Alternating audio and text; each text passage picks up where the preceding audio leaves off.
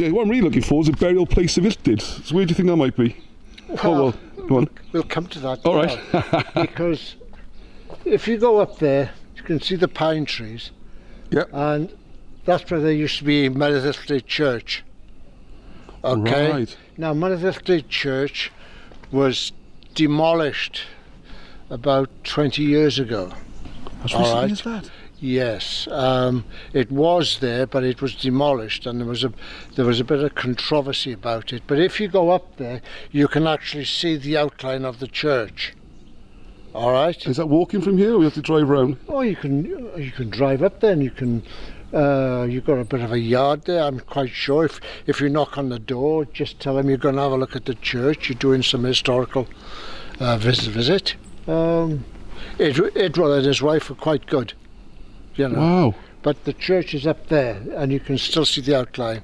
But when I was a kid, it was always rumoured that when you go from the church, you go up to the top road, and then you turn right to come back over, and about 200 yards down on the right, or 100 yards down on the right after you turn right, there's a big flat stone on the ground. And we were always told that was St. Illtyd's grave, but I've got my doubts about that. Yeah? Any reason why you doubt it, or you just think... I don't know, it's just one of those things. One of those stories, yeah. You know, where you're going to see the confirmation, isn't it? But that's basically it. Oh, thank you. That's the kind of stuff we like. What's your name? Howard. Howard, thank you, Howard. Diolch yn fawr. Wyt ti'n siarad Cymraeg? Very little. That's all right. Very little. Brilliant. Thank you very much. All right. So there's the line of trees from the other side. Just a chat with a local farmer who's... Yes, he says it's okay for us to come in here and have a look. Oh yes, the burial ground's still there, look. Oh, I always think it's a very sad sight, really, when you think of when you see an empty churchyard. Yeah, one thing he notes about this churchyard, which I didn't comment on at the time, is that it appears to be perfectly round. You can see the curve of the trees, the way they're planted. Now that would imply it's very, very ancient, possibly pre-Christian. And you have the Welsh word cor, which is circle, which has also become choir, and other words you see in the English language referring to churches. So there seems to be a lot more to this church than meets the eye. The church itself is gone. Completely gone, look. All we got is some gravestones. It's very hard to tell where the church even was, look. And more saplings, I don't know.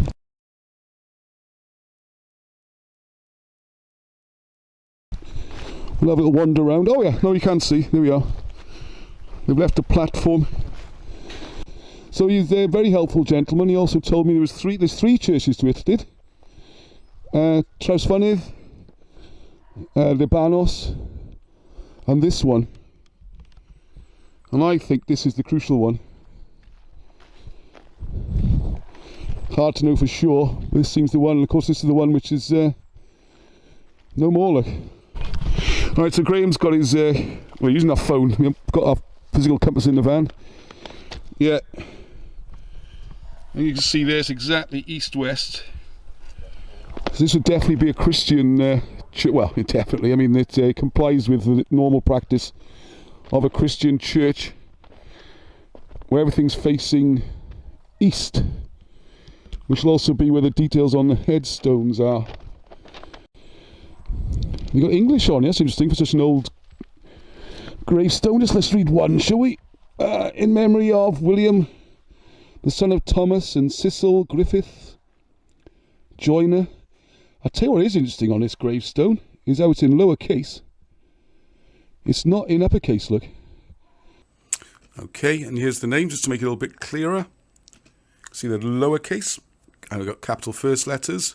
But it's not like the modern system where everything's in block capitals like this, or gloss, which is a legal requirement. Check out your driving license, your birth certificate, anything like that. And that's how you see yourself represented, because that's your legal fiction. It's your legal identity, as per maritime law introduced after the Great Fire of London 1666. So check out videos with Rob Shaw on his book Architecture of Power. You can see why they did this and what it was about. And then look at the chats I have with Luke Legal Luke, as he's called in the playlists. We'll see this happens in the Bible, which is very curious. At the beginning of the Bible, you've got God, capital G-O-D, and then we have, after the first couple of chapters, we have the Lord appear, who is capitalized. So there's a legal agreement being made. So there's more coming on that, and check out the playlists. And what you can see wasn't always the case. We're not always living under this maritime law. And this is 1799, and it's a later one there. It's that requirement, if you like, it's still not reached this remote part of Wales. So he's down here as, so he'll be Griffith ap Thomas, you see, and Griffith map Cecil. 1799. Oh, aged 7 days. Oh no. And this is Thomas Griffith. Oh, he was 66 years. There we are. Perhaps they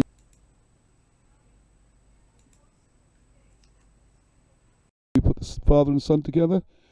No, he's Thomas. Yes, that's right. Yes. Also William. So there we go. We have a story there, and it's all in English, which is curious. 1799, and in English, and in lowercase, all the names.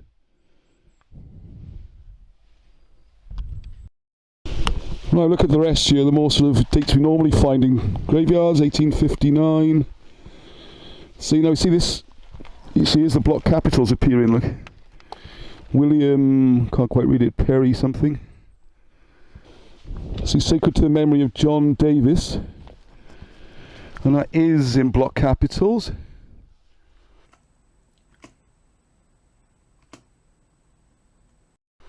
And there you go, look, you see. Ragloedd, like we do in the hieroglyphs. You got Ragloedd, the sun and the knowledge of the sun, Ragloedd. Well, it's a Rael now for the sun, but it's a Ral, it should be, Ra. Right, again, block capitals. So your lowercase at the bottom, and uppercase just for the names. And then we got this, I've noticed, it's very hard to read on some of them, but there's better representation here. I don't know, I think that could be the tabernacle. I'm not really sure exactly what that symbol is. But I haven't seen any crosses anywhere. Here's another interesting one. Ooh, imagination runs riot there, doesn't it?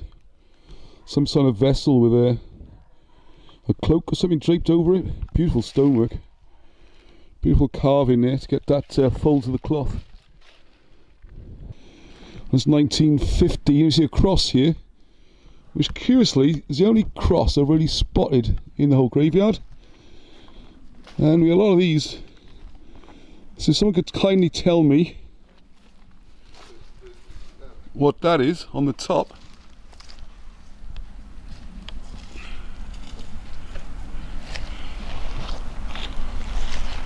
I'd be very interested to know what that is. Gavin was saying, yeah, it's like a fleur-de-lis, but what's this? That one, but I don't know this one. That's really unusual, isn't it? Yeah, another one there, look. It looks like an acorn. Acorn. No, acorns are smooth. Yeah. Acorns aren't bumpy like that. Upside down acorn. Well, it's more like a, I don't know, a pineapple or a pine cone, I would say. And then we get into all these pineal gland things and all that kind of stuff, don't we? And I wonder what's on these trees. You might just be commemorating the trees, but they're quite recent. Hang on a second. Is it representing that? Look at that, just for us, completely out of season. There's one pine cone left. And I got these pine trees planted here, of course. Makes you wonder, doesn't it? You start looking into symbolism. Is it just here for the trees? Are the trees just here for this? Or is there something more interesting? Yeah, there we go. Little forgotten church. Now we can try and find now the burial stone itself. Right, so phase one, we found what we think is the church of Illtyd, and some fascinating things in the graveyard. Some things you might want to look at yourself next time you go to an old church. But this is not the site of Illtyd's burial. We have the clues for that from Howard, and that's where we're off to next. So make sure you subscribe, hit notifications so you don't miss out on it. Till next time, peace, which is Welsh's Heddwch.